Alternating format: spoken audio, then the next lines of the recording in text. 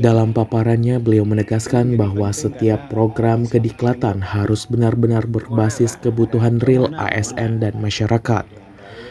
Saifuddin mencontohkan diklat public speaking sebagai pondasi penting dalam membangun komunikasi yang positif dan profesional, terutama bagi pegawai yang terlibat langsung dalam pelayanan.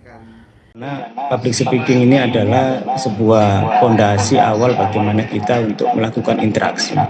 Bagaimana organisasi itu punya citra positif atau negatif kadang-kadang dari pengolahan speaking yang bagus atau tidak.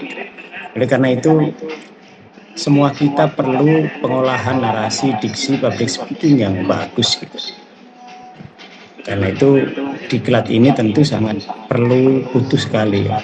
Ia juga menyoroti peran strategis guru dalam menjalankan kurikulum merdeka dan kurikulum berbasis cinta yang menuntut kompetensi dan kesiapan yang kuat.